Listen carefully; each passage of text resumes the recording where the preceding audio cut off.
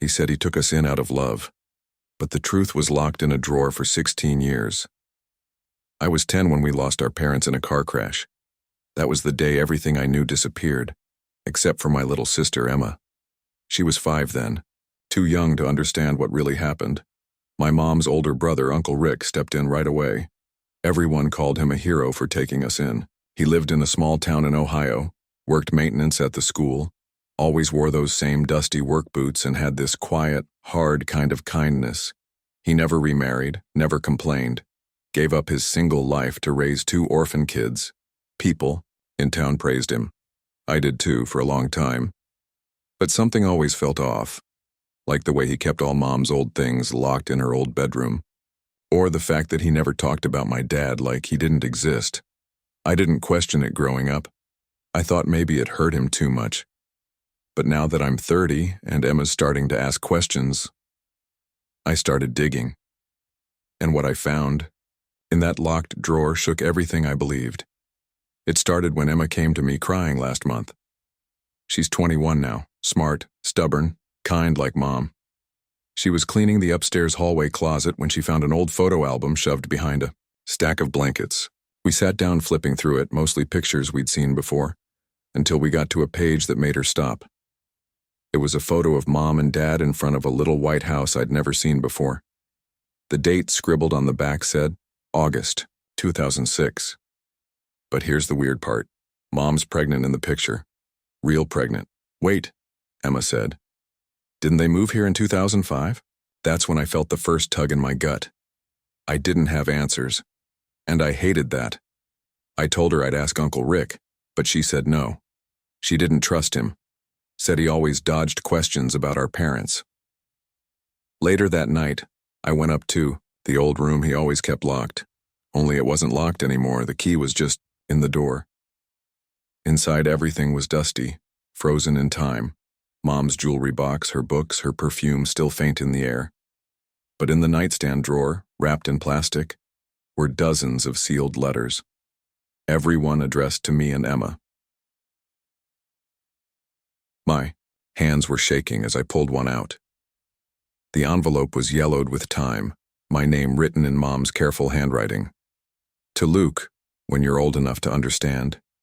I didn't open it right away. I just sat there staring, trying to breathe. There had to be at least 30 letters in that drawer, some for me, some for Emma, a few just marked urgent. That night I waited until Uncle Rick went to bed, then locked myself in my room and opened the first one. It was dated 2009, 3 years after the crash. But the thing is, the letter said they were alive. Luke, if you're reading this, it means Rick never told you the truth. We had to go into hiding. It wasn't safe after the fire. I wish I could explain everything, but we had no choice. Please know we never wanted to leave you and Emma. I read that line over and over, trying to understand. What fire? What danger? Why would they lie about dying in a crash?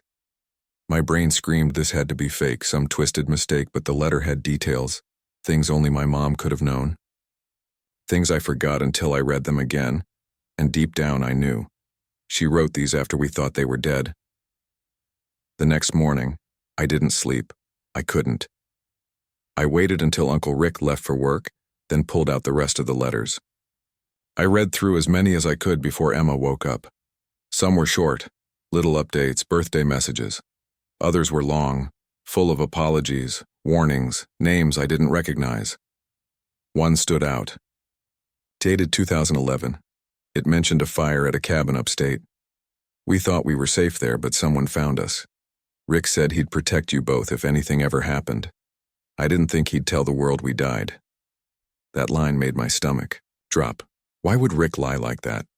Why wouldn't he tell us they were still alive? Emma came into the room, rubbing her eyes. I handed her one of her letters. She read 2 lines before her face crumbled. I want to find them, she whispered. I nodded, but inside I was panicking. Because if they were alive, where were they now? And what else had Uncle Rick hidden from us? We needed answers. Real ones. So I made a plan. That night I waited for Rick to fall asleep again. Then I took his keys. and I drove to the one place I thought he'd never want us to go. My parents' old cabin. I hadn't been to the cabin since I was maybe 5. Barely remembered it, just flashes. A green swing, the smell of pancakes, Dad laughing with his coffee. But I found it. Still standing, tucked behind a wall of pine trees 2 hours north. The gravel driveway was half covered in leaves. No car. No lights. Looked abandoned. I broke the lock on the door with a crowbar I brought. Heart pounding so hard I couldn't hear anything else. Inside it was dusty and cold. Furniture covered in sheets. Nothing moved. Then I saw it. An old photo taped to the fridge. Me, Emma, and Mom. We were little. It was dated 2012. They'd been here. Years after they were dead. I searched every room. Nothing recent. But I did find a trapdoor under the rug in the living room. Led to a basement. It was empty, except for a thick file folder on the table. My name on it. Inside were documents, medical, legal, some in codes I couldn't understand, and a note from Mom. If something happens to us, and Rick still has you, please run. There's more to him than you know. He wasn't supposed to take you. I stared at the words. My mouth went dry. He wasn't supposed to take us? I drove back home in silence, my thoughts screaming. That note wouldn't leave my head. He wasn't supposed to take you. What did that even mean? The courts gave him custody after the crash. Everyone praised him. Was that all a lie, too? When I got back, Emma was waiting on the porch, pale and shaking. She held up an envelope. He found out, she said. He knows we read the letters. I took the envelope. Inside was a single sheet of paper, written in Uncle Rick's sharp all-caps handwriting. We need to talk tonight, don't do anything stupid. That night after dinner, he sat us down. No smile, no small talk. You went through the drawer, he said, like he already knew everything. I didn't deny it. Why did you lie to us? He rubbed his face. For the first time in my life, he looked tired. Because your parents were involved in something dangerous, something that could have gotten you both killed. I wasn't protecting you from the truth.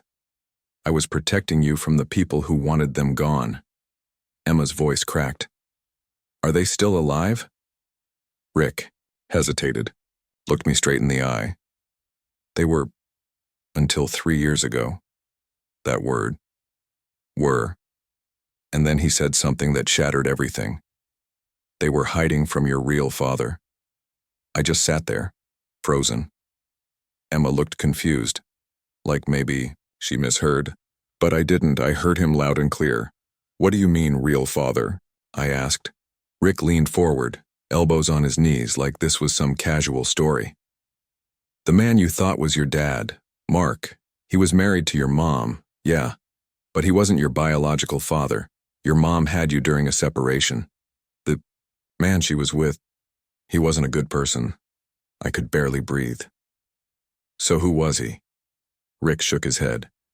A powerful man. Dangerous. Your mom never put his name on the birth certificate. She didn't want anyone tracing you back to him. Emma's voice was small. What about me? You're Mark's. No doubt. I felt like the floor dropped out. My whole identity, gone in one sentence. She was going to tell you both, Rick added. But then, the fire happened. Someone found out where they were. After that, I convinced them the only way to protect you two was for them to disappear, and for me to take you in. I wanted to scream, cry, hit something. He'd been lying to us our whole lives, and maybe he thought it was for the right reasons, but I wasn't a kid anymore, and I needed to know the truth for myself. The next morning, I didn't eat, didn't speak.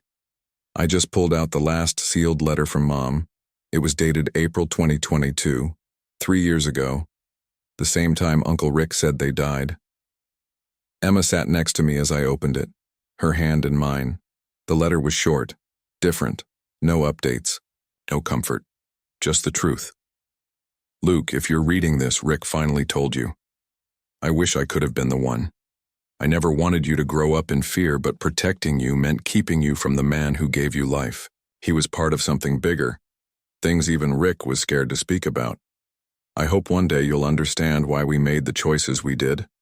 I hope you remember us not for what we hid, but for how much we loved you.